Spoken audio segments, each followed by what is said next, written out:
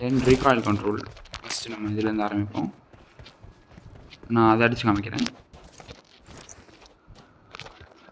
இங்கே வந்துட்டு ஃபுல்லாக 2xல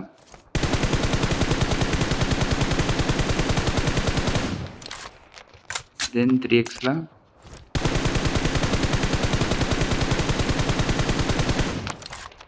அப்புறம் 4xல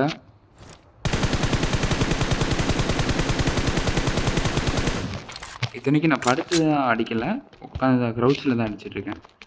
ஸோ படுத்து அடிச்சேன்னா இப்படி இருக்கும் பாருங்கள்.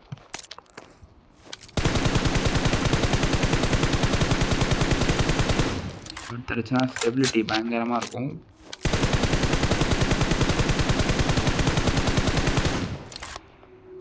த்ரீ எக்ஸோட